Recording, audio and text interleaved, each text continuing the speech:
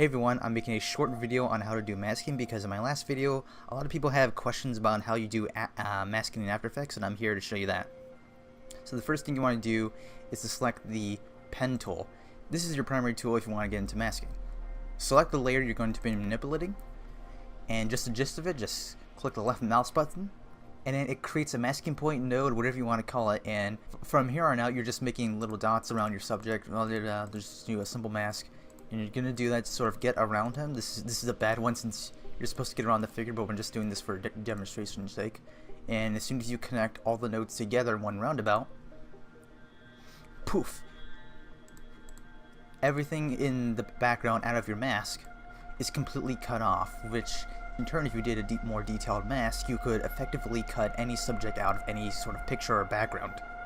Another neat thing about masking, I see most people not utilizing this, is when you can send out a simple mask, but you can change the where your nodes are set on your mask.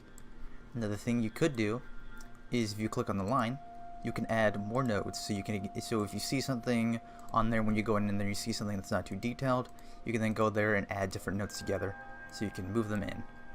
That is the basics of masking. Now I'm going to go a step further and show you another thing about masking. One thing you can do is that people don't use this method before, but people used to use masking to make a depth of field effect. And how they do that is they would take their main layer, copy that, paste it on top of it, and what you would do is you would take whichever subject is further in the front. You would go on your top layer, take your masking tool, mask them out, just a little quick cheap mask, and boom. So you have two layers. You have your mask layer, which is out of there. Also, when you're doing masking, make sure this is set to add, because if it's not, if you set it to none, then mask doesn't work. Set it to subtract. Anything that's out of there will be taken out. Select to intersect. Any mask that this goes to through any other masks would apply itself, and etc. etc. Just play with it and stuff. So what I'm going to do is I'm going to take this background. I'm going to apply the blur effect to it. And as you can see, this part is blurred, but our subject is not, because he is on his own separate mask layer. He's not part of this layer right here. It's cheaply done, but you get the gist of it. This is an old thing. We don't do that anymore. We do green screen and stuff, but just to show you what you can do. Another way to add a mask. This is a different way to add a mask, and I usually do this for different purposes.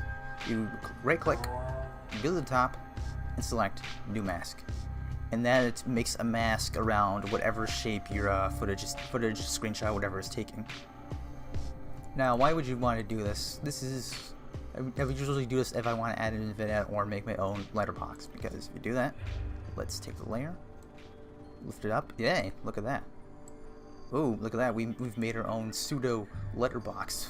It's pretty crappy, but you know, you get the gist of the idea. Another thing you can do is that you can change what kind of shape automatically through here. You would go to mask pass, shape, reset to ellipse. You can go up here, you can change what kind of thing you're up, but we're not going to do that. And boom, now it's an ellipse. One thing you could do is you can add a vignette right here, and this how we do this is with the mask feather. And what that does is that it takes the edges and it clears them out or fogs them or blends them in to the image on the top layer. Let's do this. Let me set this to a feather of 200 to demonstrate. As you can see, it's blending into the back over here. If we move this mask around, you can see it. Oh no, it's not what I wanted. Select pen tool. There we go. We can select our mask and we can move it around. Yada yada yada. Let me move that. Yeah. Another thing you can do is that I have this scene right here, but I'm looking at it and I want to imitate like a dark room with light hanging around this, but I'm looking at this, it's way too dark, you can't see much out of it. So what I would do is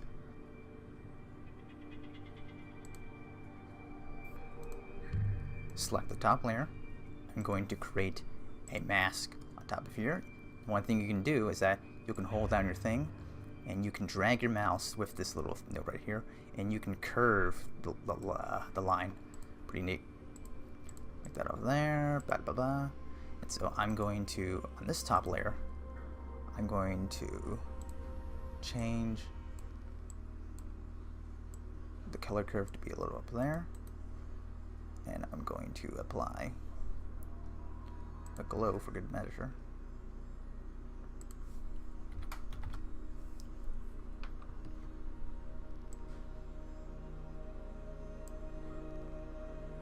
So once I have that, got my mask, same thing as the other one before. Set the layer to 200 so it blends in. And as you can see, it looks like light is reflecting off here. It looks like a light source over there. You're probably at a lens flare in there, but you get the begin. You can tell it's a dark room, but with a little bit of light coming out there. It's not too dark. You can adjust this up and down if you want, just to, a little bit if you want. In case it's too dark and you want to light it up a bit. But there. Nice. So that's the gist of masking and stuff. Let's just put that all on. If you have any more questions, just DM me, tell me in the comments of everything you want to do, and I'll make another video about it.